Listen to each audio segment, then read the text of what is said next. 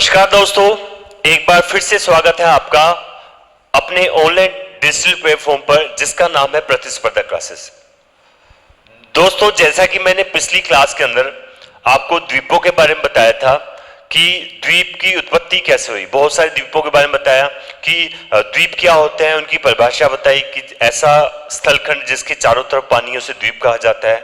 द्वीपों के प्रकार बताए मैंने, कौन कौन से द्वीप होते हैं। मैंने आपको बताया विवर्तनिक द्वीप होता है, दूसरा मैंने आपको बताया निक्षेपक मूलक द्वीप होता है, तीसरा मैंने आपको बताया कि अपरदन मूलक द्वीप क्या होते हैं उनके बारे में बताया, ज्वालामुखी द्वीप क्या होते हैं उनके बारे में बताया, फिर मैंने आपको बताया प्रवाल द्वीप क्या होता है ना। तो इन द्वीपों के प्रकार के बारे में मैंने आपको जानकारी दी। इससे आगे मैंने द्वीपों के आगे कुछ महत्वपूर्ण द्वीप लिए और उनको बताया कि हम किस प्रकार पढ़ सकते हैं। तो पढ़ने के हिसाब से उनको मैंने दो भागों में बांटा दोस्तों। इस तरह इन तस्वीरों से आपको मैंने बताया था विवर्तनिक द्वीप क्या होता है, निक्षेपक मूलक द्वीप क्या होते हैं, अपरदन मूलक द्वीप क्या होते हैं, ज्वालामुखी द्वीप क्या होते हैं, प्रवाल द्वीप क्या होते हैं, इन सब की डिटेल दी मैंने। दूसरा मैंने क्या बताया, नेक्स्ट मैंने बताया कि द्वीपों को हम इस तरह पढ़ सकते हैं दो भागों में बांटकर। ऐसे द्वीप जो तटीय द्वीप है, जो समुद्र के किनारे हैं, और ऐसे द्वीप जो समुद्र से दूर है, दूरस्थ द्वीप को उनको बोला गया। ठीक है। और इस प्रकार मैंने बताया कि द्वीपों को इस तरह बांटा जा सकता है काप मिट्टी द्वीप, पथरीले द्वीप, पर्वतीय द्वीप और प्रवाल द्वीप। इनको चार भागों में बांटकर हम पढ़ सकते हैं। ठीक है। इसके बाद बताया जो पूर्वी तट है वहां पर कौन कौन से महत्वपूर्ण द्वीप है, पश्चिमी तट है वहां पर कौन कौन से महत्वपूर्ण द्वीप है, इसके बारे में हमने कल डिटेल से जानकारी ले ली है। बाकी अब एक एक द्वीप को हम आगे पढ़ रहे हैं, आप वीडियो को कंटिन्यू बनाए रखिए, आपको सारी जानकारी मिलती रहेगी। सबसे पहले मैंने बताया अंडमान निकोबार द्वीप समूह। अंडमान निकोबार द्वीप समूह जो है मैंने बताया कि किस तरह वो एक ज्वालामुखी द्वीप बना। इसके बारे में मैंने ये भी बताया किस तरह जब पृथ्वी की उत्पत्ति हुई थी, उत्पत्ति के बाद कैसे हिमालय की उत्पत्ति हुई। तो उस हिमालय की उत्पत्ति में ही मैंने बताया कि जो द्वीप है, जैसे हिमालय का जो विस्तारित रूप है वो म्यांमार में एक श्रेणी है आराकान योमा, उसी का अगला जो विस्तारित रूप है वो अंडमान निकोबार द्वीप समूह है, जो किसके इंडियन ऑस्ट्रेलियन प्लेट तथा बर्मा प्लेट के अभिसरण से इसका निर्माण हुआ। ये आराकान योमा पर्वत श्रेणी म्यांमार में है, जो हिमालय का विस्तारित रूप है, अगला रूप है। इसी से आगे मैंने बताया था अंडमान निकोबार द्वीप समूह है। दूसरा मैंने अंडमान का इतिहास बताया कि किस प्रकार अंडमान जो शब्द है, हमने सबसे पहले मैंने आपको बताया कि अंडमान जो शब्द है उसको रामायण अंडमान शब्द को हमने सबसे बताया कि रामायण में हंडमान कहा गया। क्या कहा गया? हंडमान, जिसका जो शाब्दिक अर्थ मैंने बताया कि इसका जो शाब्दिक अर्थ है हिंदू देवता हनुमान जी के नाम से ही इसका नाम बन पड़ा अंडमान। ठीक है। ऐसा भी कहा जाता है कि जब हनुमान जी माता सीता को ढूंढते हुए श्रीलंका की तरफ जा रहे, लंका द्वीप की तरफ जा रहे थे, तो ये जो द्वीप है यहां से वो कहते हैं इनको सोपान के रूप में, या फिर यहां से वो होते हुए लंका तक पहुंचे थे। तो इनका जो उल्लेख है वो रामायण के अंदर भी मिलता है। तीसरा मैंने निकोबार द्वीप समूह के बताया। निकोबार क्या होता है? निकोबार का जो शाब्दिक अर्थ जो दे रखा है नग्न लोगों के द्वीप। कहने का तात्पर्य यह है कि यहां पर जितने भी जो लोग रहते हैं मुख्य रूप से क्या है, वहां आदिवासी लोग रहते हैं। तो आदिवासी जो लोग रहते हैं वो उनके पास जो पहनने के लिए, क्योंकि इतनी तो सुविधा नहीं कि कपड़े होंगे उनके पास, तो वो अपनी जिस भी अवस्था में रहते होंगे, है ना, जिस भी पोशाक का जो इस्तेमाल करते होंगे उसी के आधार पर इनका नाम पड़ा कि यहाँ पर कैसे लोग रहते हैं, नग्न द्वीप बोला गया, नग्न लोगों का द्वीप बोला गया। ठीक है। तो मैंने आपको बताया कि ऐसा जो तंजावुर के जो शिलालेख है उनके अंदर मिला है, ये जो अर्थ मिला इसका निकोबार का कि नग्न लोगों की भूमि कहा गया। नेक्स्ट मैंने क्या बताया, उसके बाद मैंने बताया कि उसके बाद जैसे रामायण काल गया उसके बाद में बताया कि चोल साम्राज्य के कुछ समुद्री व्यापारी थे जो इन समुद्री यात्रा के दौरान इन द्वीपों को इस्तेमाल करते थे, या फिर आप ये कह सकते हो कि वो समुद्री व्यापारी जब व्यापार करने जाते थे तो इन द्वीपों पर आराम करने के लिए रुका करते थे। तो इनका जो उल्लेख वहां भी मिलता है आपको। चोल, महाराजा चोल कि महाराजा राजेंद्र चोल द्वितीय ने इन द्वीपों का इस्तेमाल किसके रूप में किया था?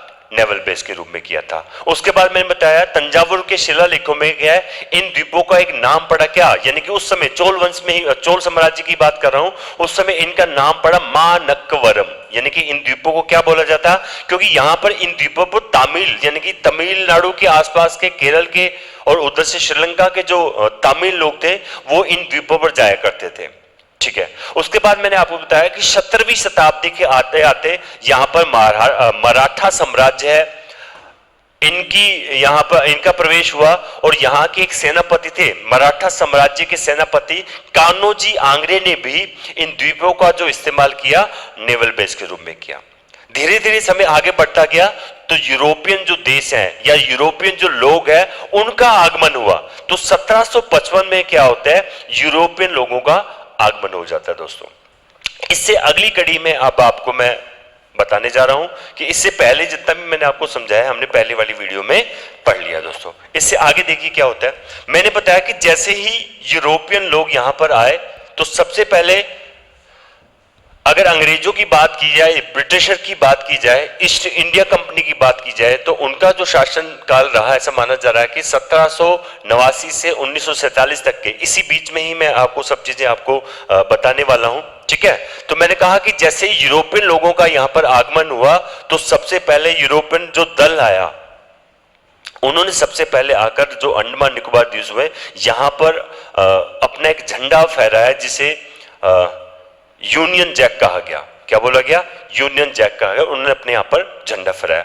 उसके बाद धीरे धीरे समय आगे बढ़ता गया तो समय आगे बढ़ा। इसी बीच में क्या होता है, 1939 से 1945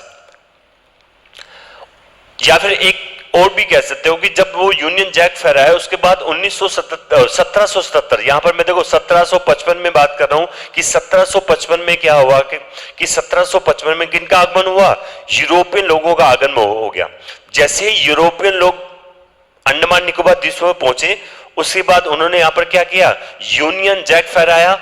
यह स्थिति कब आई? 1777 में। जॉन रिची एक समुद्री सर्वेक्षक थे जो यहां पर आए सबसे पहले, उन्होंने आके अपने दल के साथ यहां पर यूनियन जैक फहराया। उसके बाद क्या होता है कि भारत के पहले गवर्नर जनरल वारन हेस्टी की एंट्री होती है। ठीक है। वो आते हैं और उनको क्या किया जाता है, जॉन रिची द्वारा यह कहा जाता है कि ये जो अंडमान निकोबार द्वीप है इसके बारे में उनको जानकारी दी जाती है और ये उनसे निवेदन किया जाता है कि ये जो द्वीप है आप इन पे अपनी रुचि बनाइए, आप इनके अंदर अपना इंटरेस्ट बनाइए कि ये जो द्वीप है ये यहाँ पर कहते हैं बहुमूल्य चीजें हैं, मतलब इतने संसाधन हैं यहाँ पर समुद्री, जो अगर मैं बोलूँ कि समुद्र के अंदर समुद्री खजाने मिलेंगे आपको। खजाना इन द सेंस कि समुद्र से निकलने वाली जितनी भी वस्तुएं हो सकती हैं, कुछ भी ऐसा जिससे कि हमको फायदा हो, तो आप वहां पर क्या कहिए अपना इंटरेस्ट दिखाइए और इन पर काम करना स्टार्ट कीजिए। तो जैसे ही क्या होता है, जॉन रिची ने वॉरेन हेस्टिंग को बोला कि आप इन द्वीपों के बारे में अध्ययन कीजिए, ज्यादा से ज्यादा जानकारी जुटाइए ताकि हम अपनी जो सरकार है, ब्रिटेन सरकार है, उसके सामने पेश कर सकें। तो फिर क्या हो रहा है, वॉरेन हेस्टिंग ने क्या किया है, एक समुद्री सर्वेक्षक और थे जिसका नाम था लेफ्टिनेंट आर्चीबाल्ड ब्लेयर। ठीक है, ध्यान दो दोस्तों, मैंने क्या कहा कि उन्होंने क्या किया, एक और बंदे से बात की जो लेफ्टिनेंट, क्या नाम था, लेफ्टिनेंट आर्चीबाल्ड ब्लेयर। इनसे बात की, यानी कि इनको उन्होंने नियुक्त किया कि भैया आप जाइए और इन द्वीपों का क्या कीजिए, अध्ययन कीजिए। तो इन ब्लेयर ने आके क्या किया था कि इन द्वीपों पर आकर अध्ययन किया, खासकर अंडमान निकोबार द्वीप पर आए और उन्होंने यहां पर सबसे पहले क्या किया भाई, उन्होंने क्या किया, यहां पर वायु का, पानी का है, वायु का, पानी का और जलवायु का, मिट्टी का, यहाँ की मिट्टी कैसी है, कहने का तात्पर्य कि यहाँ का पानी कैसा है ये देखा उसने, यहाँ की जलवायु कैसी है ये देखी, यहाँ की वायु की गुणवत्ता कैसी है वो बताया उसने। और बाकी जो समुद्री संसाधन होते हैं भाई, समुद्री जो संसाधन है, ये समुद्र से अपन क्या क्या ले सकते हैं उनसे, है ना। तो ऐसा उन्होंने एक डाटा बना के क्या कर दिया कि ऐसा डाटा बना के किनको दिया, वॉरेन हेस्टिंग्स को दिया। उन्होंने जाके ब्रिटेन सरकार के सामने, यानी कि ये पहला ऐसा डाटा बनाया था जिसको कह सकते हो एक ऑथेंटिक डाटा बना कि अंडमान निकोबार द्वीपों के बारे में, जहां का पूरा अध्ययन करके क्या किया उन्होंने, ब्रिटेन सरकार के सामने पेश किया कि भैया आप इन जो अंडमान निकोबार द्वीप हुए इनकी जो इंपॉर्टेंस है उनको समझो और यहां पर जितनी जल्दी हो सकता है आप अपनी कार्रवाई करो और इनको अपने नियंत्रण में लो। तो धीरे धीरे ये प्रक्रिया आगे बढ़ी। जैसे ब्लेयर ने यहां पर क्या किया, अपने अध्ययन के बारे में बताया, उसके बाद आगे की जो परिस्थिति है मैं आपके सामने शेयर कर रहा हूं। चलिए, तो ये क्या होता है कि वॉरेन हेस्टिंग्स ने उनको हायर किया, हायर करने के बाद ये सब चीजें हुई। और इससे पहले मैंने आपको बताया था, ठीक है, उसके बाद मैंने क्या बताया, ये समय और बीता। समय बीतने के साथ साथ क्या होता है, समय बीतने के बाद क्या होता है कि 1939 और 1945 के बीच में अगर आपको पता हो तो द्वितीय विश्व युद्ध का क्या हो गया, द्वितीय विश्व युद्ध की शुरुआत होगी। अच्छा, द्वितीय विश्व युद्ध जब हो रहा था तो क्या होता, यहां पर यानी कि लगभग 3 साल तक, कितने साल तक, 3 साल तक क्या होता है कि जापान का अधिकार हो जाता है। जापान क्या करता है कि उस समय द्वितीय विश्व युद्ध की बात अगर आपको याद हो तो क्या होता है कि जापान ने क्या किया है, जापान ने एक अमेरिका का एक द्वीप था,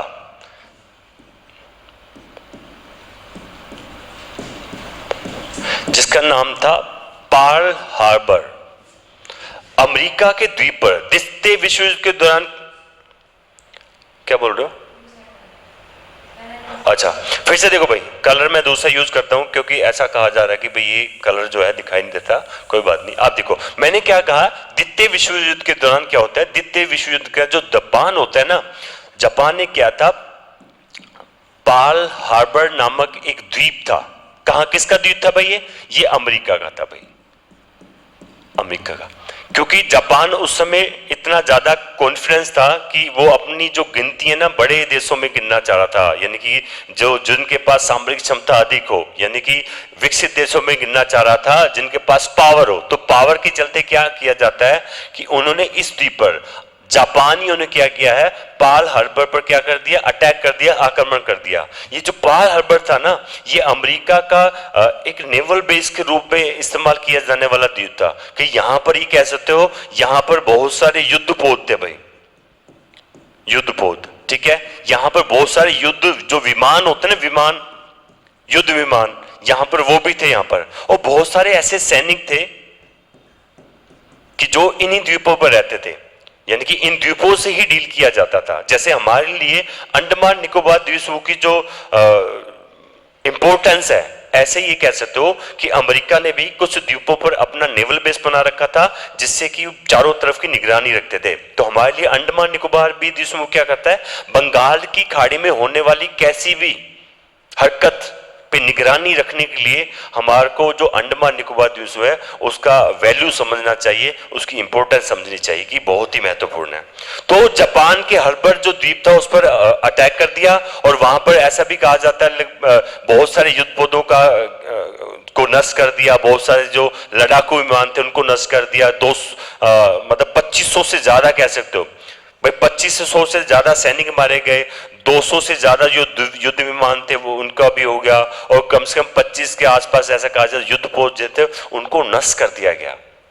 तो इसी से बौखलाया जो अमेरिका था, क्योंकि उसका अभी द्वितीय विश्व युद्ध में एंट्री नहीं हुई थी। तो इस कारण से क्या होता है कि जैसे इस पर उन्होंने आक्रमण किया जापानियों ने, तो इसका बदला लेने के लिए उन्होंने क्या कर दिया, युद्ध की घोषणा कर दी, और सीधा किस पर अटैक कर दिया, जापान पर अटैक कर दिया। तो जापान पर जब अटैक किया तो आपने हिरोशिमा और नागासाकी का जो सुना होगा कि वो जो परमाणु बम अटैक हुआ हिरोशिमा,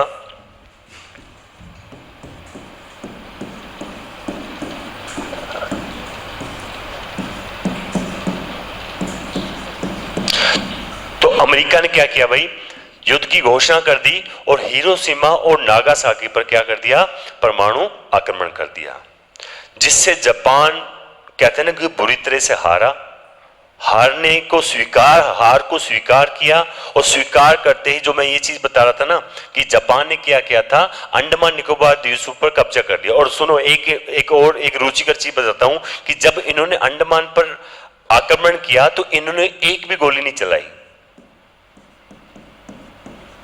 यानी कि एक गोली बिना चलाए कब्जे में किसको ले लिया, अंडमान। इससे पहले जापान ने क्या था, जापानी सेना ने क्या किया था, रंगून यानी कि बर्मा को भी क्या कर लिया, अपने नियंत्रण में ले लिया। तो इस तरह जापानियों ने 3 साल तक यहां पर, कहां पर अधिकार कर लिया भाई, 3 साल तक हमारे यहां पर अधिकार कर लिया। आज भी अगर जाते हो तो वहां पर जापानी जो सेना है या उस समय के जो भी उनके नेवल बेस से रिलेटेड जो चीजें होती हैं आज भी वहां पर मिल जाएंगे आपको अंडमान निकोबार द्वीप पर। तो इस तरह बिना गोली चलाए कि किस पर उन्होंने कब्जा कर लिया, अंडमान निकोबार द्वीप पर कब्जा कर लिया। उस समय ऐसा भी कहा जाता है कि यहां पर काफी चीजें, क्योंकि जब हिरोशिमा नागासाकी पर आक्रमण हुआ तो उसी से इन्होंने अपनी हार मानी। तो 1943 के अंदर क्या है, 1943 के अंदर वापिस से ब्रिटिश जो है ना वो इसी पर आ जाते हैं वापस, क्योंकि ब्रिटिश लोग यहां से जा चुके थे, उसके बाद वापस से जापानी गए और उनकी एंट्री होना स्टार्ट हो गई, और वो लगातार फिर बने रहे 1947 तक। तो इस तरह जब जापान लोग यहां आए, इसी बीच में द्वितीय विश्व युद्ध भी चल रहा था, और इसी बीच में क्या होता है कि यहां पर नेताजी सुभाष चंद्र बोस का आगमन होता है। कहां पर, अंडमान निकोबार द्वीप पर। जैसे ही वो क्या है कि अंडमान निकोबार द्वीप पर बोस पहुंचते हैं, और यहां पर उस समय इनका जो स्वागत करने के लिए एडमिरल इशिकावा ने क्या किया, इनका वेलकम किया। वेलकम करने के बाद उन्होंने क्या किया, नेताजी सुभाष चंद्र बोस ने यहां पर एक अंतरिम सरकार बनाई और आजाद हिंद फौज की क्या की, आजाद हिंद फौज का गठन किया, यानी आजाद हिंद फौज को यहां पर बनाया उन्होंने। कब बनाया भाई, अंडमान निकोबार द्वीप में। और भारत का पहली बार जो तिरंगा फहराया गया वो कहां फहराया गया भाई, अंडमान। अगर ये छोटे मोटे जो एग्जाम होते हैं उनका पूछा जा सकता है कि भारत का जो तिरंगा था वो पहली बार कहां फहराया गया, तो आप कहोगे अंडमान निकोबार द्वीप समूह। कब फहराया गया, तो 30 दिसंबर 1943 को भारत का जो पहला बार जो झंडा फहराया गया था इस जगह फहराया गया था। तो इस तरह अगर आज भी जाओगे तो ऐसे जैसे जो द्वीप है जिनका नाम बदला और बोस आइलैंड जिसका नाम रखा गया, उसकी जानकारी भी मैं आपको आगे देने वाला हूं। तो अभी तो ये था, और ऐसा भी कहा जाता है जब ये वाला जो समय चल रहा था, ये वाला जो काल चल रहा था, तो जापानियों ने भी ऐसा किया था, यहाँ पर कम से कम 3 नाव, बड़ी बोट जो नाव है उन पर बिठा के 700 जो मासूम है उनकी हत्या की, उनको मारा गया था। और ये जो जैसे हैवलॉक द्वीप है, रोस आइलैंड है, इनके आसपास के क्षेत्र में इनको क्या कर दिया था, समुद्र में फेंक दिया गया था। ऐसी ये बहुत बड़ी घटना थी। इनकी जो इनका उल्लेख भी अगर कोई अंडमान निकोबार द्वीप हो जाता है तो वहां पर जो भी उनके शिलाखंड है उनके ऊपर ऐसा बना के उनके बारे में लिखा हुआ है कि इतने लोग थे जिनको क्या गया, मारा गया वहां पर। ऐसा भी एक था वालीदर की तरफ एक रास्ता जाता है, वहां पर एक रास्ता है जिसपे वहां पर भी कहा जाता है कि वहां पर कम से कम 40 जो मासूम थे ना उनकी हत्या हुई थी। तो ये उस समय की जो बड़ी घटनाएं हुई उनमें 700 लोग शामिल थे जिनकी हत्या हुई, 40 मासूम शामिल थे जिनकी हत्या हुई। तो उस समय का ही ये समय था जिनकी आप कह सकते हो जिनके बारे में कुछ ना कुछ जानकारी आपको वहां पर मिल सकती है लिखित रूप में। ठीक है, चलिए, तो भारत का झंडा फहरा दिया गया। इसके बाद देखिए, उसके बाद मैंने आपको इससे पहले ये बताया था कि ये चीज वहां कनेक्ट हो रही थी कि जॉन रिची कैसे वहां पर आए। उन्होंने फिर वॉरेन हेस्टिंग्स से बात की, वॉरेन हेस्टिंग्स ने क्या किया, ब्लेयर को बुलाया और ये द्वीप जो है इसके बारे में डिटेल से जानकारी ब्रिटेन सरकार के सामने पेश की। जब ये 1755 वाला समय चल रहा था तो यहीं पर फिर किन किन का आगमन हुआ, डेनिश ईस्ट इंडिया कंपनी के अधिकारी पहले यूरोपियन थे जो यहां पर आए, इन द्वीपों पर आए, और उन्होंने क्या कर दिया, उन्होंने इन द्वीपों का नाम बदल दिया और नाम बदल के क्या कर दिया, न्यू डेनमार्क आइसलैंड नाम घोषित कर दिया। समय बीतता गया, 18वीं शताब्दी में हमारी प्रवेश हुआ। जैसे ही 18वीं शताब्दी में प्रवेश हुए तो यहां पर क्या था उस समय, यानी कि 18वीं शताब्दी के बीच में कुछ दशक ऐसे आए जिसमें मलेरिया जो ना, मलेरिया उसने भयंकर रूप धारण कर लिया। और ये जो जितने भी जो द्वीप थे, यहाँ पर जितने भी जो लोग रह रहे थे, तो मेडिकल की सुविधा नहीं होने के कारण वहाँ से पलायन कर जाते हैं। कुछ लोग मलेरिया के कारण मरते भी हैं, कुछ बीमार भी, बहुत सारे बीमार भी होते हैं और जल्दी से वहाँ से निकल जाते हैं और इन द्वीपों को बिल्कुल खाली कर दिया जाता है। तो कह सकते हो कि कुछ दशकों तक ये द्वीप बिल्कुल वीरान रहे, यहां पर मनुष्य का, मानव का हस्तक्षेप ना के बराबर रहा। तो जैसे ये जब पता चला कि वहां पर कोई रह ही नहीं रहा है, तो इसी बीच में क्या होता है, जब कोई वहां रहा नहीं, किसी का हस्तक्षेप नहीं, तो ऑस्ट्रेलिया वहां से नजदीक पड़ता है भाई, ऑस्ट्रेलिया न्यूजीलैंड। तो ऑस्ट्रेलिया का क्या हुआ, वहां आगमन हुआ। उनको लगा कि यार इन द्वीपों पर कोई है ही नहीं, ब्रिटिश अंग्रेज तो जा चुके हैं यहां से, तो अंग्रेज जा चुके तो इनकी एंट्री हुई। तो इन लोगों ने भी क्या किया, ऑस्ट्रेलिया लोग आए और इन द्वीपों पर उन्होंने अपना नियंत्रण स्थापित किया और इन्होंने उनका नाम बदल के क्या कर दिया, टेरेसा आइसलैंड इनका नाम रख दिया। ठीक है, ऑस्ट्रेलिया लोग आए, उसके बाद फिर क्या होता है कि वापस से अंग्रेजों को वापस से वहीं पर जैसा चल ही रहा था, तो वापस अंग्रेज लोग वहां पहुंचे।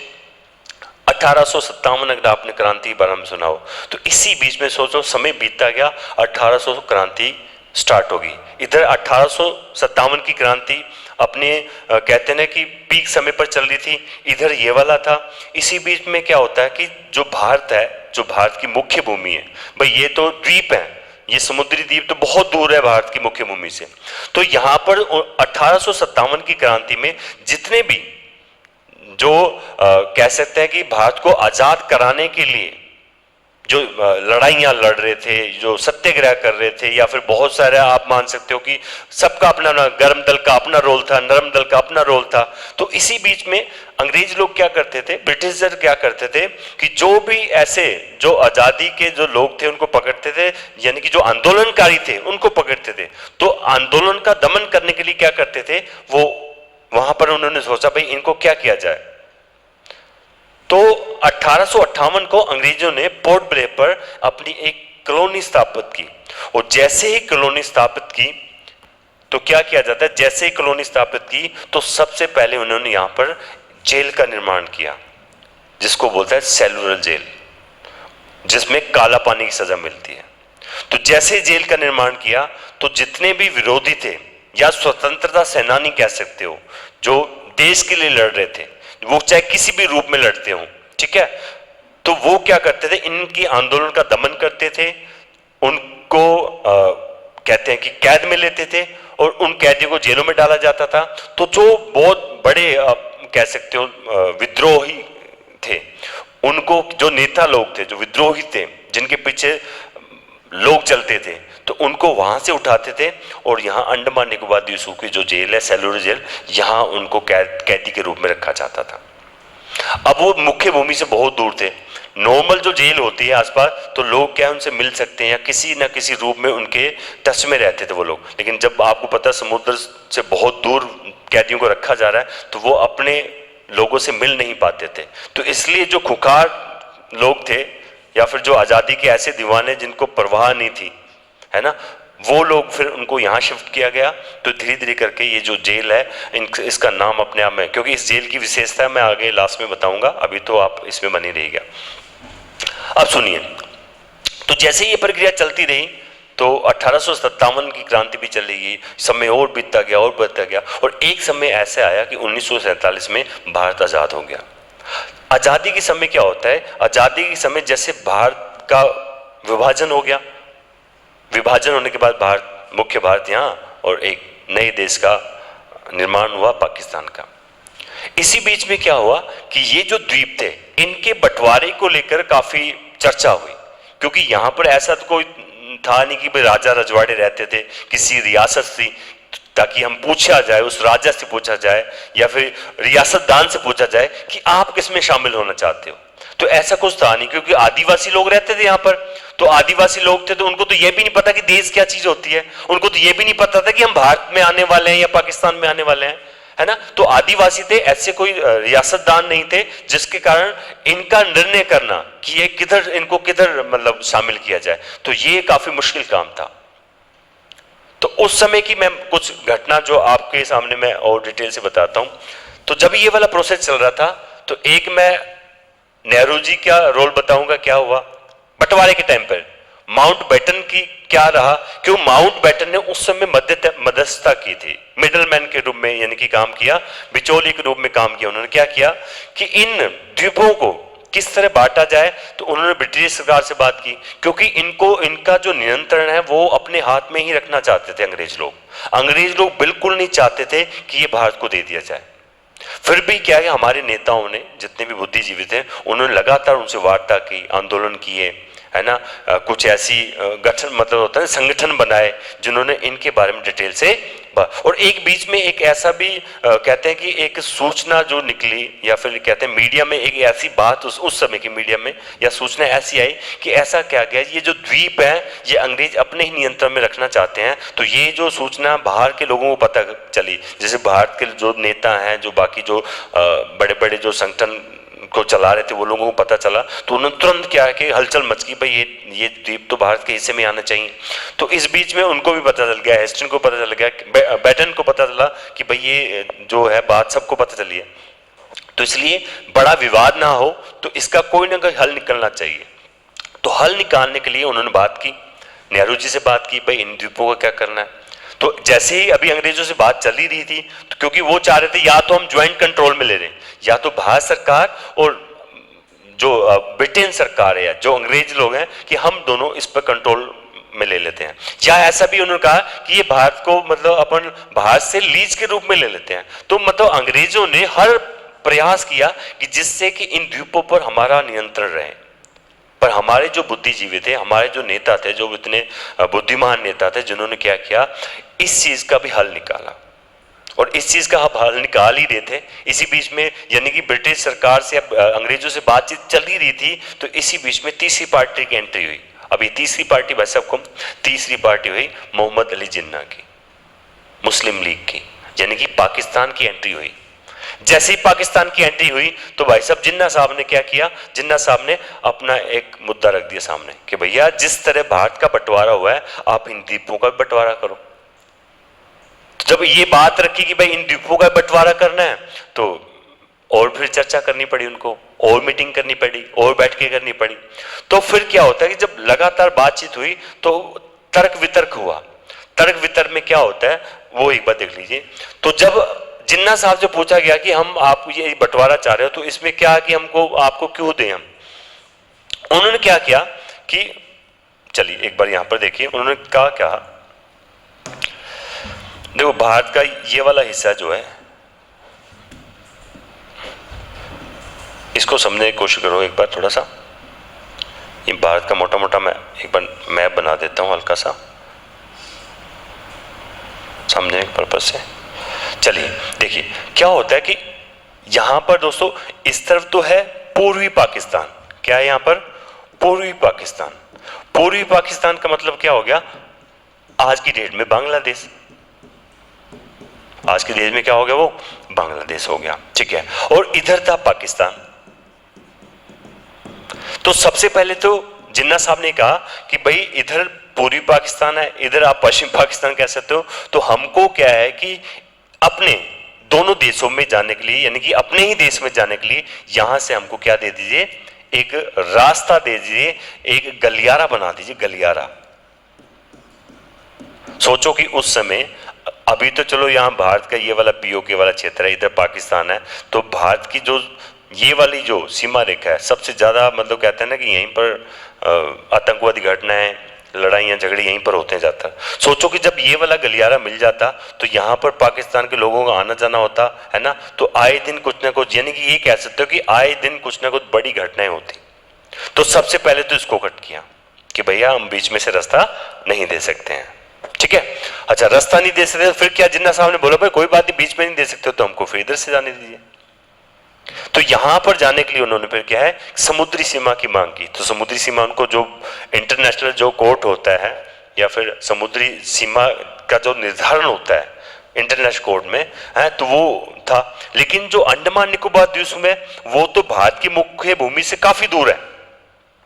तो उन्होंने ये तर्क दिया बंटवारे समय में कि हमें गलियारा दो, जिसके लिए मना कर दिया जाएगा, बीच में से हम गलियारा नहीं दे सकते। उन्होंने कहा भाई हम कराची से वहां चटगांव जाना चाहते हैं, यानी कि वहां पाकिस्तान, पूरी पाकिस्तान में जाना चाहे, तो हमको क्या है कि मतलब प्लेन के साथ मतलब रूट वो मिलना चाहिए। तो उन्होंने ये कहा अगर बाई चांस ऐसा हुआ कि हमको रूट भारत ने नहीं दिया, भाई जब आप आपस में बंटवारा ही हो गया तो एक दूसरे के दुश्मन देश हो गए, तो अपने रूट का इस्तेमाल नहीं करने दे सकते कोई भी देश। तो बोला अगर भारत इसको मना कर देता है तो उस कंडीशन में हम कहां जाएंगे फिर, जिन्ना साहब ने ये बोला। उस बीच में फिर से क्या किया, नेहरू साहब ने तर्क दिया अपना कि भैया आप ऐसा करो कि वहां से अगर नहीं जा सकते आप इधर से जाओ, क्या दिक्कत आ रही है, इधर से आपको समुद्री वाला रास्ता मिल रहा है और एयर मतलब वो मिल रहा है, हवाई जहाज वाला रास्ता भी मिल रहा है, तो हवाई जहाज से जा सकते हो। इस बीच में क्या होता है, जिन्ना साहब ने फिर और तर्क दिया कि भैया आपने हमको रास्ता ये दे दिया, तो यहां से अगर बात की जाए भारत का जो है ना, भारत का यहां पर ऐतिहासिक यानी कि कोई ऐसी हिस्ट्री नहीं है भारत की, कोई ऐसा ऐतिहासिक रूप नहीं है जिसके कारण ये भारत को दिया जाए, ना ही ऐसा ऐतिहासिक कोई चीजें हैं, ना ही ऐसे सांस्कृतिक है। कहने का मतलब तो आदिवासी लोग रहते हैं तो उनके साथ तो भारत की संस्कृति और वहां संस्कृति मेल नहीं खाती, ना ही कोई धार्मिक संबंध है उनके साथ, तो फिर कैसे किया जाए। तो इस बीच में जब ये वाला तर्क दिया जिन्ना साहब ने कि भाई ऐतिहासिक सांस्कृतिक और धार्मिक कुछ है ही नहीं, तो फिर किस तरह उनको आप दे रहे हो द्वीप। फिर क्या करते हैं, इसी बीच में क्या किया जाता है, नेहरू साहब के द्वारा जनगणना जो है, जनगणना 1941 की जनगणना पेश कर दी। अच्छा, उस 1941 की जनगणना में क्या किया जाता है, 1941 में क्या किया जाता है, यहां पर जो रहने वाले लोग थे द्वीपों पर लगभग 34,000 के आसपास थे। कितने थे भाई, 34,000 के पास। यहां पर जो मुस्लिम लोग थे, अच्छा जनगणना तो इन्होंने पेश की नेहरू साहब ने, और तर्क वितर्क इधर से चला। अच्छा, इधर से जिन्ना साहब ने क्या बोला, ठीक है भाई अगर वो आप कह रहे हो जनगणना यहाँ पर ऐसे लोग हैं, तो उन्होंने कहा भाई ये 34,000 जो लोग हैं इनमें से क्या है कि 8,000 जो लोग हैं ना, 8,000 वो तो मुस्लिम है, तो इस कारण से मुस्लिम मेजोरिटी ज्यादा है, तो भैया हमको दो फिर आप, भाई हमारा तो इस्लाम देश है तो हमको दो फिर क्या होता है, नेहरू साहब ने फिर दूसरा तर्क दिया कि भैया ऐसा है मुस्लिम ज्यादा है मान लीजिए, लेकिन मुस्लिम के अलावा इसमें जो 12,000 से भी अधिक हिंदू तथा अन्य धर्म, हिंदू तथा अन्य धर्म है 12,000, इसका मतलब मुस्लिम मेजोरिटी नहीं है, दूसरे धर्म के, यानी कि हिंदू मेजोरिटी हो सकती है, हिंदू के मतलब मुस्लिम के अलावा कह सकते हो कि मेजोरिटी अधिक है। तो भैया ये वाले तर्क को भी उन्होंने क्या कर दिया, वितर्क दे दिया, यानी कि नेहरू साहब ने बोल दिया कि भैया इस तरह भी बंटवारा नहीं हो सकता कि हिंदू मुस्लिम मेजोरिटी के रूप में इसको इस्लाम नहीं बना सकते, क्योंकि यहाँ पर जो आसपास तमिलनाडु हुआ, केरल हुआ, इसके आसपास के लोग यहाँ रह रहे हैं ज्यादातर। भाई आदिवासी तो कितने से थे, आदिवासी तो बहुत कम थे, लेकिन यहाँ के आसपास के जितने भी राज्य हैं ये लोग वहां पर पहुंचे। ठीक है, उन्होंने इस तर्क को भी क्या है, नकार दिया, जनगणना वाला भी हज। और दूसरा समुद्री मार्ग, उन्होंने कहा भैया हमको जब भी अगर हम समुद्री मार्ग से जाते हैं तो हम इन द्वीपों पर कह सकते हैं कि रेस्ट करने के लिए, आराम करने के लिए, या फिर इनका हम इस्तेमाल कर सकते हैं रास्ते के रूप में। तो नेहरू साहब ने फिर एक और उत्तर दिया कि भैया अगर आपको यहीं जाना है, कहां जाना है आपको, अगर आपको भैया यहां जाना है तो यहां जाने के लिए आप इधर से आओ ना, अब इसके साथ साथ जाओ आप आराम से, आपको यहां से इधर जाने की क्या जरूरत है, इतना लंबे दूरी तय करने की क्या आवश्यकता है भाई, आपको समुद्री जो मार्ग मिला आप उसका इस्तेमाल करो। तो ये जो समुद्री मार्ग वाला भी था ना, जो तर्क था जिन्ना साहब का, उसको भी क्या कर दिया, उसको भी नकार दिया गया। दूसरा नेहरू साहब ने यह बोला कि भाई केरल मद्रास के लोग यहां पर रहते हैं, आसपास के लोग जो रहते हैं उन्हीं का ही आना जाना ज्यादा है, इसलिए वो लोग रहेंगे। तीसरा, यहां का जो हाई कोर्ट है, उच्च न्यायालय है, वो तो कोलकाता लगता है, कलकत्ता लगता है।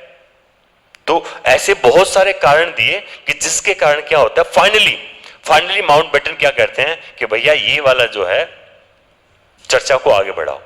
अच्छा, चर्चा को आगे बढ़ा दिया। इन्होंने क्या किया, जो ब्रिटेन के जो पीएम थे एटली, उनके सामने जाके जो भी बातें हुई लिखित रूप में हुई, सामने पेश कर दिया भैया ये चीज। उधर से क्या था, ये जो माउंटबेटन थे, इनका जो नेहरू से काफी मतलब अच्छा मेल था, कह सकते हो कि इनके साथ इनका अच्छा तालमेल था। इधर से क्या है, जो जिन्ना साहब थे ना, इनका वहां पर जो उस समय की जो विपक्षी पार्टी थी,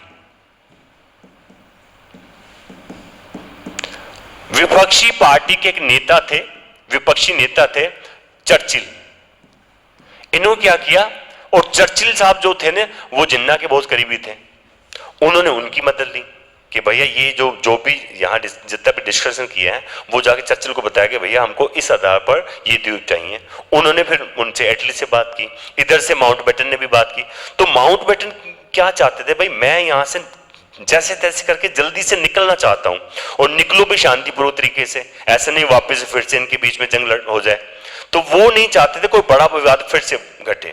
तो इसलिए क्या करते हैं कि, और जो भी रिटर्न में दिया गया एटली साहब को, जो पीएम है उनको दिया गया, तो उन्होंने इनकी बातों को माना, जो भी शर्तें रखी ये बना। और यहां तक कि उन्होंने ये भी कहा तो भाई ऐसा है कि अभी आप इसको भारत के नियंत्रण में दे दो, और लेकिन आगे कुछ सालों बाद आप क्या कर सकते हो, इस पर वापस से डील करके हम इसको कुछ ऐसा समाधान निकालेंगे ताकि हमारा भी यहाँ पर नियंत्रण हो थोड़ा बहुत। कुछ इस तरह की थी।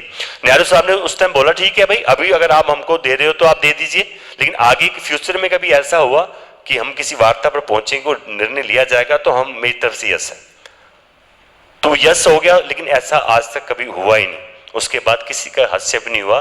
तो ये पूरा का पूरा जो द्वीप है, अंडमान निकोबार द्वीप है, वो पूरी तरह भारत में शामिल हो जाता है। तो कुछ इस तरह की घटना थी उस समय की, जो मैंने आपके सामने रखी है। साथियों, मैं ये सब चीजें जो आपके सामने दे रहा हूं, ऐसा है कि आपके एग्जाम से संबंधित भी होंगी, ऐसा नहीं कि सारी चीजें नहीं होती हैं, लेकिन आपकी जानकारी के लिए, एक नॉलेज के लिए ये भी पता होना चाहिए कि ये द्वीप आखिरकार भारत को मिले कैसे। है तो हमारे अभिन्न अंग ना, भारत का भी अभिन्न अंग है, तो ये किस तरह किस कंडीशन में हमारे पास आया। सोचो कि 1947 में कितना बड़ी टेंशन थी कि जब ये सब चीजें चल रही थी। तो इसलिए क्या होता है कि उस समय ये सब चीजें घटनाएं घटती रही, और धीरे धीरे करके हमारे पास ये जो द्वीप है हमारे नियंत्रण में आए। चलिए इससे आगे बढ़ते हैं। अब देखिए भाई, वर्तमान में अगर मैं बात करूं कि अंडमान निकोबार द्वीपों की स्थिति क्या है, भौगोलिक स्थिति क्या है, उसके बारे में हम पढ़ते हैं। अभी तक तो उसका ऐतिहासिक जो घटना आपके सामने मैंने बताया, जितना भी मोटा मोटा मैंने जो आंकड़े जुटाए या फिर जो भी डिटेल्स मैंने आपके सामने रखी है, अभी आप जब इसके बारे में पढ़ोगे तो बहुत कुछ है ना। तो इस तरह मैंने इतिहास का एक होता है ना कि जितनी भी जानकारी, मोटी मोटी जानकारी आपके सामने रखी है, आपको अच्छी लगी होगी नो डाउट। अब भौगोलिक स्थिति की बात करते हैं। सुनिए भाई, भौगोलिक स्थिति क्या है। अगर आप चाहो तो अंडमान निकोबार द्वीपों को कुछ भागों में बांटकर समझ सकते हो। यहां ऑलरेडी एक मैंने मैप लिया है जिसके अंदर ऑलरेडी आपको समझ में आ जाएगा कि जो अंडमान निकोबार द्वीप है उसको किस तरह है। तो जो अंडमान निकोबार द्वीप है ना, यहां पर अगर आपको दिखाई दे रहा होगा तो एक बार देखते हैं। अगर मैं बोलूं भारत में जो है ना, भारत में कुल कितने द्वीप है भाई, अगर आपसे पूछा जाए कि भैया जो भारत है, भारत में कुल द्वीप कितने हैं, तो इसका आंसर होगा जो कुल द्वीप है ना, कुल द्वीप है वो 247 है। कितना है? 247। लेकिन वास्तविकता क्या की है, 247 वो द्वीप है जहां पर कहीं ना कहीं इंसानी हस्तक्षेप ज्यादा है, हम आना जाना करते हैं। कुछ इनमें वीरान है, कुछ ऐसे हैं जिनका हम इस्तेमाल कर सकते हैं। लेकिन छोटे मोटे द्वीप तो ऐसे हैं जिनकी सिर्फ गणना ही की होगी। तो जो अंडमान निकोबार द्वीप है उस पर 572 से भी ज्यादा द्वीप है भाई। लेकिन पढ़ने के लिहाज से मैं आपको बता रहा हूं कि सिर्फ 247 द्वीप है। ठीक है, इन 247 द्वीपों की बात की जाए, ठीक है, इन 247 द्वीपों की बात की जाए तो मुख्य मुख्य जो द्वीप हैं आपके सामने मैं रखता हूं। ठीक है, तो मैंने बताया कि यहां पर कितने द्वीप हैं, 247। भारत में 247 द्वीप हैं। अब इनको किस तरह पढ़ सकते हो, अंडमान निकोबार द्वीप है उसको इस तरह बांटा गया है, ये वाला जो इससे ऊपर वाला जो हिस्सा है, ठीक है, चलिए इससे ऊपर का ये वाला जो हिस्सा है ये है नॉर्थ अंडमान, यानी कि उत्तरी अंडमान, उत्तरी अंडमान। ठीक है, उसके बाद देखो ये वाला जो हिस्सा है इसको बोला गया मिडिल, यानी कि मध्य अंडमान, मध्य अंडमान। ठीक ठीक है, उत्तरी अंडमान, मध्य अंडमान, ये 1 नंबर कर दिया मैंने भैया, ये 2 नंबर कर दिया। ये वाला देखो भाई, ये वाला, ये पूरा का पूरा, इसे बोला गया लोअर अंडमान। लोअर अंडमान का मतलब हो गया दक्षिण, इसको क्या बोला गया भाई, दक्षिण, साउथ अंडमान बोला गया भाई, दक्षिण अंडमान। अच्छा, उत्तरी और मध्य अंडमान, इन दोनों को मिलाकर एक जिला बनाया गया। अगर देखो पॉलिटिकल साइंस में जब आप जाओगे तो आपको ये चीजें मिलने वाली है ना, तो इसका एक जिला बनाया गया। पहला जो जिला बनाया गया है ना, पहला जो जिला है वो कौन सा है भाई, आपके सामने उत्तरी अंडमान व मध्य अंडमान को पहला जिला बनाया। दूसरा देखो भाई, दक्षिणी अंडमान, और दक्षिणी अंडमान के और थोड़ा नीचे जाते हो, यहां पर देखो भाई, ये वाला, यह है लिटिल अंडमान, यानी कि इसको बोलते हैं छोटा या लघु, छोटा या लघु अंडमान। छोटा व लघु अंडमान को मिलाकर ये दूसरा जो है ना, दूसरा, इसको दूसरा जिला बनाया गया। इसको क्या बनाया गया भैया, इसको दूसरा जिला बनाया। इन दोनों को क्या मिलाकर क्या बनाया भाई, दूसरा जिला बना, ये दूसरा जिला बना दिया बेटा मैंने, ठीक है। तो इस तरह 2 जिले कहां बने, उत्तरी अंडमान और मध्य अंडमान को मिलाकर एक जिला बनाया, दूसरा दक्षिणी व छोटा या लघु अंडमान को मिलकर दूसरा बनाया। इसके बाद दोस्तों इसके नीचे और जाते हो ना, इस लाइन को मैं देखो इसको 2 भागों में बांट देता हूं, इस लाइन को समझना। इसको मैंने क्या कर दिया, 2 भागों में बांट दिया, पढ़ने के लिहाज से भी और एक प्रकृति रूप से बांटा गया, वो भी मैं आपको बताता हूं कैसे बांटा गया। इसके नीचे जाते हो तो निकोबार स्टार्ट होता है भैया, निकोबार, निकोबार, ठीक है, निकोबार। तो यहां पर निकोबार को भी बांटा गया। सबसे पहले देखो यहां पर आया है कार निकोबार, क्या आया भाई, कार निकोबार, ठीक है। यहां पर एक पॉइंट और देखो भाई, यहां पर देखो, यहां पर अगर आपको दिख रहा हो दोस्तों, तो यहां पर एक बना रखा है पोर्ट ब्लेयर, जो अंडमान निकोबार द्वीप समूह की जो राजधानी है ना, राजधानी, वो पोर्ट ब्लेयर है भाई। क्या है भाई, पोर्ट ब्लेयर। ये ब्लेयर शब्द सोचो कहां से आया होगा, ठीक है, आप सोचो, मेरे को बताना सर यहां से आया है। तो कार निकोबार, कार निकोबार के बाद अगर नीचे जाते हो तो यहां पर आओगे, ये वाला देखो बेटा, ये वाला, ये है ना, ये वाला जो है ना लिटिल निकोबार का मतलब हो गया यहां भी लघु, लघु या छोटा निकोबार, ठीक है। और दोस्तों और देखो एक बार, इसके नीचे और आप जाइए, यहां पर देखिए ये वाला, यह ग्रेट निकोबार, यानी कि वृहद, वृहद निकोबार, वृहद निकोबार, ठीक है। तो जो निकोबार है उसको कार निकोबार, लघु निकोबार, कार निकोबार, लघु निकोबार, और तीसरा मैंने आपके सामने किया वृहद निकोबार। तो इनको 3 यानी कि तीनों का एक जिला बना दिया गया। पहला जिला मैंने ये बताया, दूसरा जिला ये बताया, और तीसरा जो जिला बना इन तीनों को बना के मिला भाई, तीसरा जिला। और यहां पर निकोबार जो है ना, निकोबार जो कार निकोबार है, यही इसकी राजधानी भी है भाई, कार निकोबार इसकी क्या है, राजधानी भी है। तो इस तरह इसको इस तरह बांट कर आप पढ़ सकते हो। अच्छा और देखिए एक बार, देखो अभी तो आप सिर्फ समझो, समझने के साथ साथ वैसे तो मेरी क्लास जितनी भी आप क्लास लेने वाले हो, अगर आपको समझ में अच्छे से आ रहा हो तो जब भी आप पढ़ने बैठो तो अपना समय लेके बैठो, क्योंकि मेरी क्लास में आप पहले ही वीडियो में देख लिया करो कितना समय चाहिए। तो जब आपके पास समय हो, पर्याप्त समय हो कि आप इसको पढ़ सको, अपने हाथ से नोट्स बना सको, क्योंकि मैं आपको बराबर स्क्रीनशॉट लेने का भी बीच में टाइम देता रहूंगा कि आप स्क्रीनशॉट भी लो, और साथ साथ जब मैं पढ़ाता हूं तो आप अपने नोट्स बनाते रहो, क्योंकि हर चीज जो है ना बोर्ड पर नहीं लिखी जाएगी। कुछ चीजें ऐसी होंगी जो मैं बोलूंगा, वर्बली बोलूंगा, तो आपको उन पॉइंटों को अपने नोट्स बुक में लिखना है। तो अगर मेरी क्लास आपको पसंद आ रही है दोस्तों, तो आप मेरे चैनल को लाइक कीजिए, और क्लास बहुत अच्छी लग रही हो तो जो पढ़ने वाला बच्चा हो, जो पढ़ने वाला साथी हो, आप उसको शेयर भी कीजिए। चलिए आगे देखिए,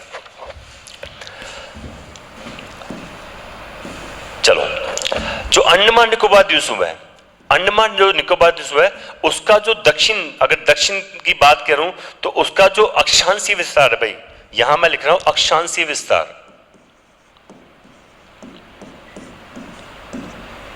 अक्षांशीय विस्तार, इसका अक्षांशीय विस्तार है 8 डिग्री।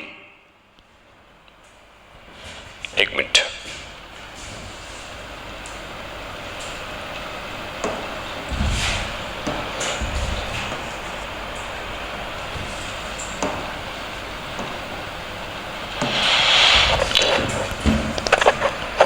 अच्छा, इसका जो अक्षांशीय विस्तार है वो 6 डिग्री से है भाई, 6 डिग्री 45 मिनट से है, 6 डिग्री 45 मिनट उत्तरी अक्षांश है ना, मोटा मोटा समझने के लिए बता रहा हूं मैं आपको। 6 डिग्री से लेकर 12 डिग्री, 12 नहीं 14, 6 डिग्री से 14 डिग्री उत्तरी अक्षांश है। यहां पर उत्तरी अक्षांश लिख रहा हूं मैं, यहां पर भी अक्षांशीय विस्तार में क्या करना है, उत्तरी अक्षांश शब्द यूज कर रहा हूं। ऐसा क्यों कर रहा हूं मैं आपको आगे बताऊंगा। ये उत्तरी अक्षांश, उत्तरी अक्षांश यानी कि ये 14 डिग्री नॉर्थ और ये 6 डिग्री नॉर्थ कह सकते हो, नॉर्थ, ठीक है। और ये है आपका 6 डिग्री उत्तरी अक्षांश। तो इसका जो अक्षांशीय विस्तार है 6 से लेकर 14 के बीच में। अगर आपका पूछ लिया जाए इसका जो देशांतरी विस्तार बताओ, तो देशांतरी विस्तार में लिख रहे हैं 92 डिग्री ईस्ट, यानी कि 92 डिग्री 92 डिग्री पूर्वी देशांतर, पूर्वी देशांतर 92 डिग्री पूर्वी देशांतर से लेकर 94 डिग्री पूर्वी देशांतर, पूर्वी देशांतर।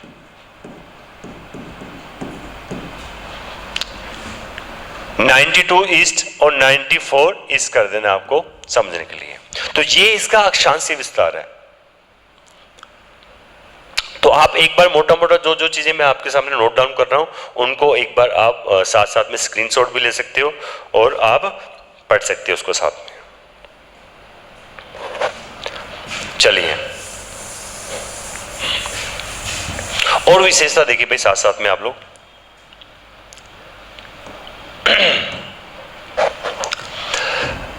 अंडमान निकोबार द्वीप से ऊपर की तरफ जाते हो ना, तो यहां पर एक देश आएगा म्यांमार देश, म्यांमार नीचे लिख रहा हूं समझने के लिए, म्यांमार देश।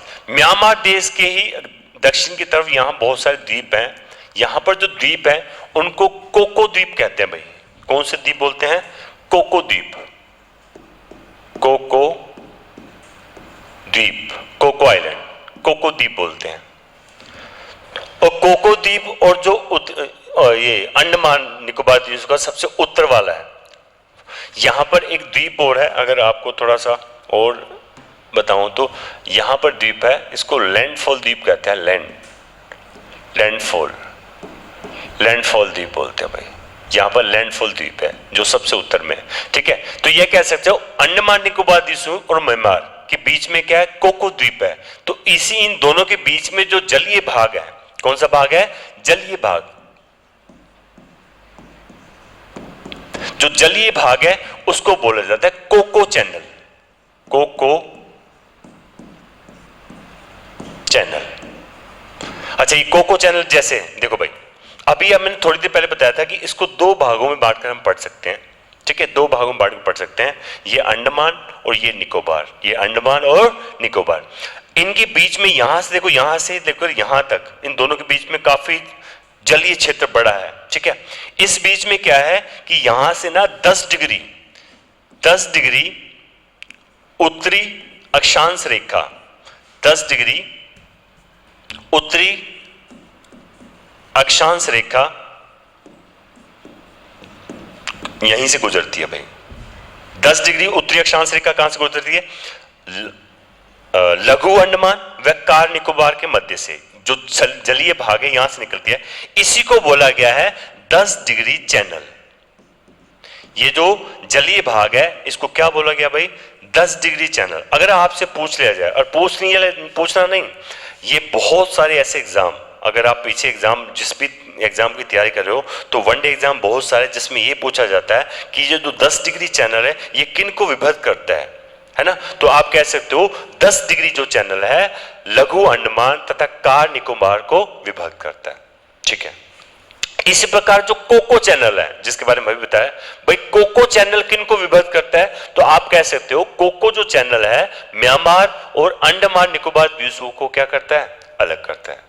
कोको चैनल किन की विभक्त है, तो आप कह सकते हो अंडमान तथा म्यांमार के बीच में, ठीक है। कोको द्वीप कहां स्थित है, तो म्यांमार के दक्षिण में कोको द्वीप स्थित है, यहां कोको बाजार भी लगता है भैया, ठीक है। और देखिए इधर जाते हो तो इधर आएगा इंडोनेशिया। मैं इसको क्या नीचे है लेकिन मैं ऊपर बना रहा हूं समझाने के लिए, आपको ऊपर समझा रहा हूं कि यहां इंडोनेशिया है,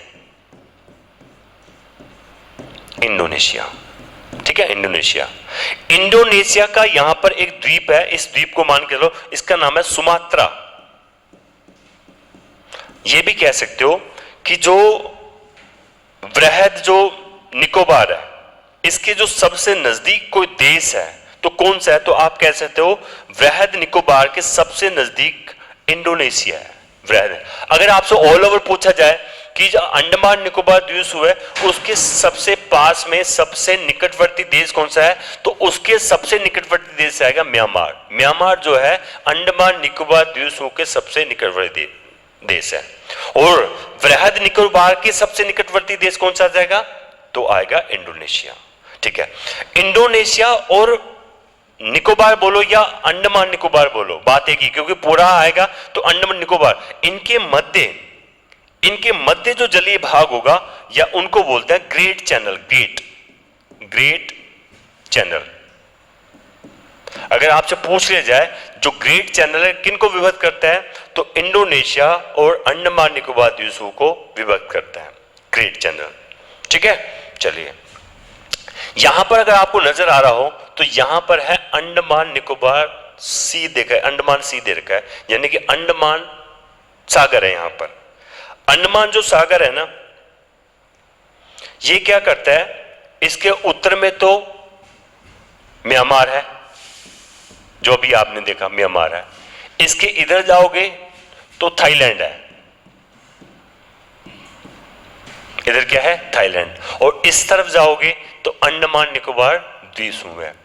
तो जो अंडमान जो सागर है वो किन के मध्य है, म्यांमार, थाईलैंड और अंडमान निकोबार द्वीप समूह के जो मध्य जो सागर है उसको बोल जाता है अंडमान सागर, ठीक है।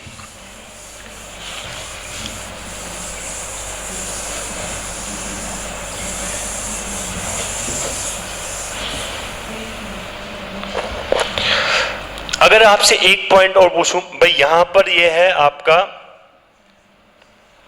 ग्रेट निकोबार, वृहद निकोबार, और इसका जो सबसे दक्षिण, मैं इसको ऊपर बना रहा हूं भाई, ये कुछ नीचे से इस तरह बना होगा, ये दिखाई नहीं देगा आपको, फिर से देखो भाई, ये कुछ नीचे से इस तरह बना हुआ है, इस तरह से,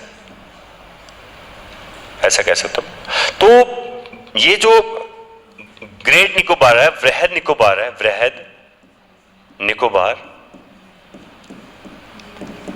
इसका जो सबसे निचला या फिर कह दो सबसे दक्षिण जो बिंदु है, तो ये इसका सबसे दक्षिण बिंदु है, जहां से अभी मैंने अक्षांशीय जो विस्तार बताया वो अक्षांशीय विस्तार है 6 डिग्री 45 मिनट उत्तरी अक्षांश, उत्तरी अक्षांश, ये भारत का अक्षांशीय विस्तार है, यहां से शुरू होता है, ठीक है। और एक चीज, ये जो पॉइंट है ना, अगर मैं बात करूं कि भूमध्य रेखा, और जाओगे नीचे तो भूमध्य रेखा है, विषुवत रेखा, विषुवत जो रेखा है, भूमध्य रेखा, इक्वेटर है, इससे जो ये वाली जो दूरी है ना, ये वाली जो दूरी है, ये दूरी कितनी है भाई, ये इसकी दूरी होगी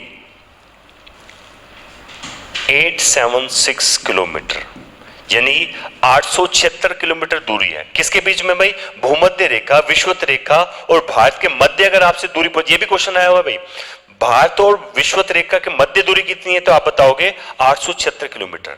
अच्छा, यहां पर ये जो 6 डिग्री 45 मिनट उत्तरी अक्षांश है ना, इसका नाम क्या है भाई, इसी को बोलते हैं भारत का दक्षिणतम बिंदु।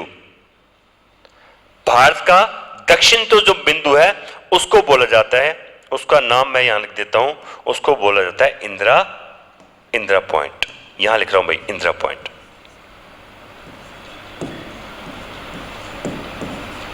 क्या बोला जाता है, अगर आपसे पूछा जाए भारत का दक्षिणतम बिंदु कौन सा है, तो आप बताओगे इंदिरा पॉइंट है। अच्छा, भारत का जो दक्षिणतम बिंदु है वो कहां स्थित है? ऑल ओवर तो आप बोलोगे सर अंडमान निकोबार द्वीपों में स्थित है, लेकिन आपसे ये पूछे कि अंडमान निकोबार द्वीपों में कहां स्थित है, तो आप बताओगे वृहद निकोबार में। तो भारत का जो दक्षिणतम बिंदु है 6 डिग्री 45 मिनट उत्तरी अक्षांश अर्थात इंदिरा पॉइंट जो है वृहद निकोबार में। अच्छा, इंदिरा पॉइंट का एक और नाम है जिसको मैं याद लिखता हूं, इसका नाम है पिगमेलियन। पिगमेलियन, इसको बोलते हैं पिगमेलियन पॉइंट। क्या बोलते हैं भाई? पिगमेलियन पॉइंट भी कहते हैं, और आप इसको पार्सिक पॉइंट भी, यानी कि पार्सिक पॉइंट नाम से भी जाना जाता है। इंदिरा पॉइंट का दूसरा नाम पिगमेलियन पॉइंट और पार्सिक पॉइंट भी है, जो भारत का सबसे दक्षिणतम बिंदु है, जो भूमध्य रेखा से कितनी दूरी पर है? 876 किलोमीटर पर है। अभी दोस्तों इसमें बहुत सारी डिटेल है जो मैं लगातार आपके साथ साझा करता रहूंगा, क्योंकि मेरे को अभी पता है कि अगर मैं इस वीडियो को बनाता रहा तो शायद अगले 2 या 3 घंटे और मैं इसी वीडियो में देने वाला हूं। तो अभी हम इसको टुकड़ों में पढ़ते हैं, समय ज़्यादा हो जाता है। तो आज की जितनी भी जानकारी मैंने आपके साथ साझा की है, इन सब के बहुत अच्छे नोट्स बनाओ। कुछ नोट्स मैं आपके सामने एज ए स्क्रीन के रूप में, स्क्रीनशॉट के रूप में आप लेते रहना और उनको नोट्स बनाते रहना, ठीक है। तो आज के लिए इतना ही। अंडमान निकोबार द्वीप जब भी ये कंप्लीट होने को जाए, जब मैं आपको बोल दूं कि भाई अभी मेरी तरफ से ये जो जितने भी द्वीप हैं, ये द्वीप वाला टॉपिक है खत्म है। जिस दिन लास्ट क्लास होगी मैं आपको जरूर बताऊंगा, और दोस्तों जिस दिन लास्ट क्लास होगी ना, तो आप बच्चे देखना, आप जो बच्चा सीरियस होके पढ़ रहा है, देखो भाई 2 तरह के लोग हैं। एक तो वो जो वास्तव में नौकरी करना चाहते हैं, उनको सरकारी नौकरी चाहिए ही चाहिए, हर कंडीशन में चाहिए। एक वो लोग है, मोबाइल होता है उनके हाथ में और ऐसे रील के रूप में क्लास देखते हैं, उनको लगता है ऐसे पढ़ूंगा मैं, 5-7 मिनट 10 मिनट पढ़ते हैं, या तो नींद आती सो जाते हैं या इसको रख देते हैं।